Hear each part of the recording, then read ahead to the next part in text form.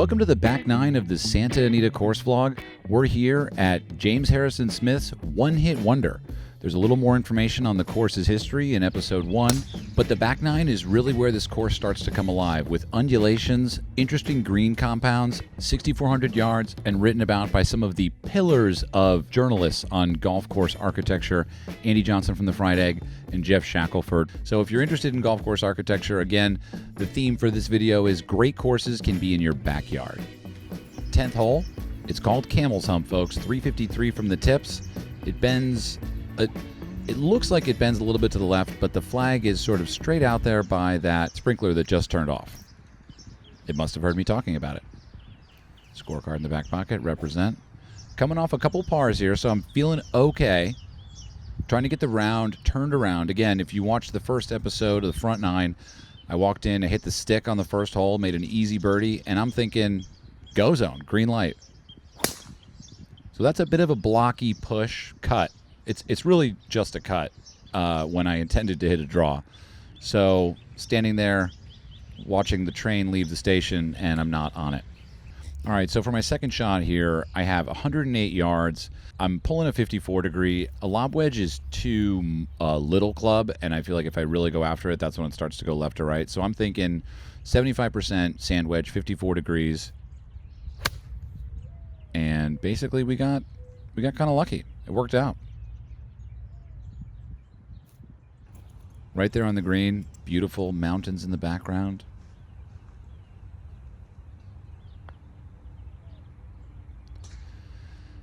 And this was one of the best putts of the day that I hit. And, you know, it didn't go in, but it was one of these sort of wonderful tap-in pars. You see how hard I hit that? Like, when I hit it, it looked like it was going to go off the green. Again, that was one of the hard parts of this round, was really figuring out the green speeds. All right, folks, this is the 11th hole. The name is Wind, not Wind, Wind. 407. Bends a little bit to the left. I'm about to hit a great drive. I don't know if you can tell. Posture, like look at the posture at the end of the swing and how slow the swing is. Yeah, look at that. I'm standing there like a proud lion. Like, look at me. I don't know what lions do. Male lions don't really do much. It's mostly the female lions that do all the work. Anyway, great drive. Mitchell Keys, really enjoyed this. I wish you could narrate my golf round. I could never get angry with your calm and collective voiceover, reassuring me that it's only a game. Let's move on.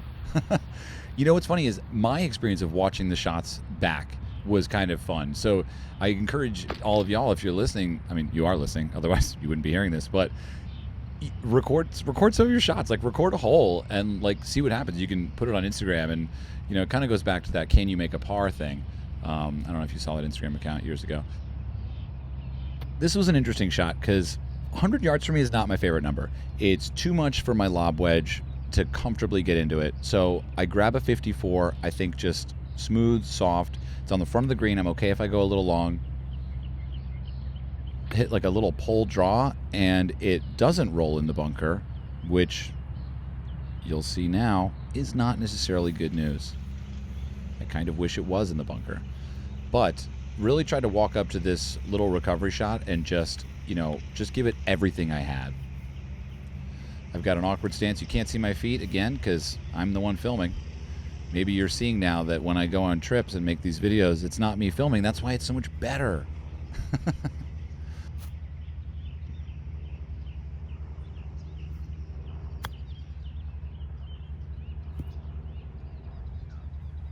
Hit a good chip and just roll the putt in on the low side. Not the pro side, the low side.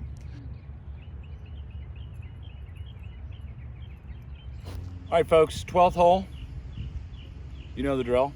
Ace cams live from 207 yards, and this hole, if you know anything about architecture, has a famous name. It's called Redan, otherwise known as Redan. It means that the green slopes in a special way, basically front right to back left, I think. Hit it kind of off the heel and just sort of a straight shot. I had a very different shot in my mind. I was sort of going to take it off the right edge of the green and just draw it into the hole for my second hole in one. So when this putt ended up 40 feet away, mildly disappointed. And what you're about to see here, folks, is actually it's a train wreck. This is just sort of tragedy here. I even got kind of aggressive because I put the camera by the hole thinking that it was going to go in. But in fact, not only did it not go in on the first putt, it didn't go in on the second one either. Just babied it. Just babied it. Tap in bogey. No one says that. All right, here we are on the 13th hole. This hole is called Pass. 509, par 5. I'm thinking cut, and if you're familiar with my game at all, you know that the year of the cut is behind me. And we're in some sort of a Chinese Latin New Year where I'm hitting draws, but today I hit a cut that actually became not a slice of heaven, but just a slice. And I found myself in a fairway that I had already been in earlier in the day. Sam McLeod, love that man. Thanks for taking the time to record every shot. Probably take some time to get used to the added step. You know what? Thank you for recognizing that. It isn't easy, and it does add a little bit of pressure to the round, but ultimately very rewarding. Reading all your comments. Thank you, thank you, thank you. I didn't quite realize that these vlogs were something that y'all wanted. It's cool to see that they are and that you get something out of it. I know, for me, it's like I'm just trying to make things that people connect to and that make them feel good. So thank you for leaving a comment. Thank you for watching the video. It's for you. So I hit it as hard as I can, and my posture would tell you that I hit it really, really fat. But hey, if I was looking at someone else doing this, I would say, par 5, you got another shot. So here's a really good example of what's going on with this golf course. There are undulations, massive undulations everywhere, which are very unusual for basically a flat piece of land. So here I have the same shot I had 2 holes ago, which is 100 yards. I hit a smooth 54. The ball is about 3 inches above my feet, choked down, and I'm just feeling pretty good about it. I pulled it a little bit, and it hit that tree and fell straight down into the bunker. Trees! Now, let's be honest. This is a beautiful bunker. It's a beautiful bunker shot. This bunker actually has different sand in it than every other bunker on the course. This is like the Black Swan. This is the Ugly Duckling, except it's beautiful sand. Very powdery, well-packed, a little wet. So I'm feeling pretty good about my chances with the uphill lie of getting this close to that blue flag all the way on the right side of the frame. Just opened up my sand wedge here. A lot of times I'll hit the 58 out of the sand, but this sand felt nice and soft, so I just took the bigger bounce and took the 54 and went a little long. I'm just in the rough, but this is a par putt, and I felt positive about it. You see this ball it took an early exit off of the freeway that I wanted to ride, and we gave myself a bogey there. That was a 1-foot putt. We're gonna count. All right, folks. So this is where I basically had a little pep talk with myself between the green and the tee of the next shot, and I said, okay, we've got 317, drivable par 4. I'm not gonna lay up. I'm going to go for 2 or maybe 1. I did not say Ace Cam was live, but the truth is Albatross Cam could be live. And I just really tried to get back into my swing and think less about where the ball's going and what's going on with this round. And I hit the best drive of the day, without a doubt. I could barely stand up afterwards. I was so excited. And it basically drew off the left side of the bunker and directly on line with the pin. And basically almost got on the green. So that would be a drive. The pin itself, yeah, it was about, I think they said it was 323, so this was about 310. This is a big number here. I could not decide which club to hit. I was thinking putter, I was thinking pitching wedge chip, I was thinking 7-iron. I just didn't know. Someone else said hit a pitching wedge. Just something terrible happened. You can't quite see it from this angle, but basically it got on the green and just stopped. How does that? It looks like it rolled out, but it really didn't. And then here I have 6 feet for birdie. Just doesn't break. Okay, making our way through the turn of the turn. That is, now we are on the 15th hole. We are now halfway through the back 9. We're on the back 9 of the back 9. The back 4. No one calls it that. Don't say that. This is a hole called Thorn, 189.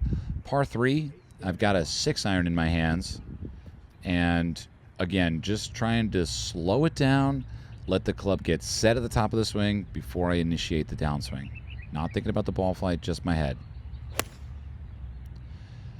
Really pure strike. Meat of the club face. The pork chop was well It done. was pretty, folks. And here I'm dancing because I feel like I can walk again. He's back.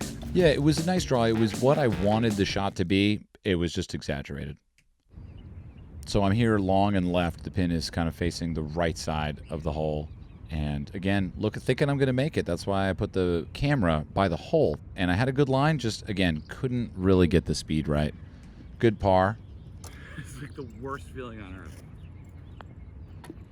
Now we're on to 16.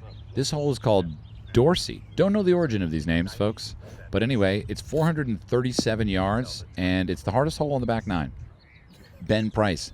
I don't think I've ever related to someone more than when you said something to the effect of, quote, I was pretty happy with the swing considering it's 7 a.m. and all I've had was a granola bar and about 19 cups of coffee. I mean, sometimes we just got to get on the first tee. So this shot basically was really well struck and just didn't turn over. It just kind of fell right. So I end up on the right side of the fairway. So here I have like a stock 8-iron. The ball's a bit above my feet, and I'm just thinking up the right side, little draw. And I don't know. I just came out of it or something, but I might not have had my hands at the right, gripping down on it with it above my feet. Ended up with a pretty big error. And here, again, with the trees, really first time on the back nine that I'm in jail. I've got to go sort of below this tree in front of me, and then the green sloping away. It's borderline impossible shot. That said, I did exactly what I wanted to do, and anytime you run after a shot, you're happy with it. So here I am, long, and I'm going to come back that's about 30 feet, and I hit that so hard. The ball got air. It launched.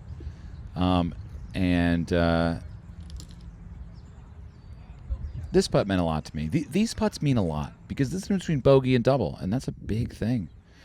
Kind of liking the noodle golf right now. The ball just kind of slides in there. All right, 17, folks. Winding down. 292. This hole is called Desert. Locujo. Love this. Great to see how you play a course with your commentary over it. You're absolutely killing the golf YouTube game, bro. Love from Clemson, South Carolina. I picked that one because he signed it Love from Clemson, South Carolina. It's like, I just feel like, let's go to South Carolina, my guys. Like, that'd be like, I would love to play golf down there. Now, I'm thinking 292, no problemo. I pull out the driver and just lose it way right. I mean, I'm talking way right. Like, you see where the target is, and this thing just went very far right. This is almost on the 18th tee. You can kind of see where that is. Again, in jail a little bit. I've got to go under the tree, over the bunker to a green that slopes away. It's kind of like, in hindsight now here doing the voiceover, I can really see the genius of this golf course. But in the moment, I would think it's very hard to go to a course and do a course vlog that I've never played, that I'm learning about for the first time. I do believe that if I went out here again, I would end up not necessarily with a better score, but I think I would end up with more understanding. It's almost like too much surprise at a course like this. I guess it is quirky. Here I got pretty lucky. I hit the shot I wanted, and it just kind of rolled around, almost got on the green here, and basically I elect to chip it. And my thinking is, I've been short of the hole all day, not going to be short right now. So with a mighty strike, it just rolls away. And, part of the problem there could be that I'm using a 54-degree wedge instead of my normal 58. I usually use the 58 around the greens, but I was thinking just get it on the green and let it roll out. So here is the par attempt. Not going to happen. All right, 18, folks. What a cool tee shot here with these mountains in the background. This hole is called Mound. No, this hole here, we've got a little dogleg right. It's only 439 from the backs, but this thing turns almost at a 90-degree angle. Like it looks like, when you see it on the screen here, it looks like it's about a 70-degree angle it turns right. And then in the middle of the fairway are these incredible mountains. I mean, they're like 40 feet tall. 18 for me is a good hole. I usually don't leave much in the bag. I have a little extra concentration. It's almost like my dying day, I really just feel like I'm going to do everything right on that day. Ball's above my feet on the tee box. This for me is a really good, it wasn't a great drive, but it was a really good drive in the sense that it was exactly what I pictured. And that says a lot, I think, about how we're sort of playing the game. So here I've got 184 yards, 6 iron, right in the middle of the fairway. I've turned the corner nicely. Even still, I mean, that was a good drive. I mean, I must have hit a 280-yard cut. So the number 439 can't be accurate because I have 186 yards in. Where did the extra 40 yards come with? Riddle me that, Batman. This shot, I'm just trying to get home. You can see my body language. You can see by the shot tracer. Low and left. Luckily, I'm not in trouble. Got a nice little uphill chip. You know, the fact is, scoring well and playing good golf, your short game is always going to be there. It's your AAA. You know, you're going to call on your short game all the time. And the truth is, looking at this now, I really see that it's like, oh, I have an opportunity to chip in. You know, and because a lot of birdies happen from off the green, especially on par 5s, especially on, you know, short par 4s. So, you know, the idea that I think I have the wrong mindset essentially in this video, and I'm going to take that as a learning experience as I go forward. By the way, next video, we're going to go to a really amazing place. First video we're going to shoot there is from a course that rhymes with Creep Stanch. Get ready. I'm so excited. Pretty good chip. Got about 7 feet for par here. And like all the putts today, they're just not breaking. I'm seeing them break on the camera. It looks like it's going to break. But, you know, for whatever reason, golf gods, just not breaking today. So I end up with like a 12, it looks like, after tapping that ball all over the place. We'll take a 5. But anyway, great round at Santa Anita. Thank you so much for watching the EAL course vlogs. Very excited to share my rounds with you guys and show you shot for shot. And like I said, get ready for the next one, folks. It is going to be at a destination that is basically no one has played. It hasn't even opened yet, and it's in the Pacific Northwest. So, and again, thank you for watching. Thank you for your comments. Let me know what you want more of. Let me know what you want less of, but be nice about it because I'm a sensitive guy. All right, everybody, that's it. See you on the next one.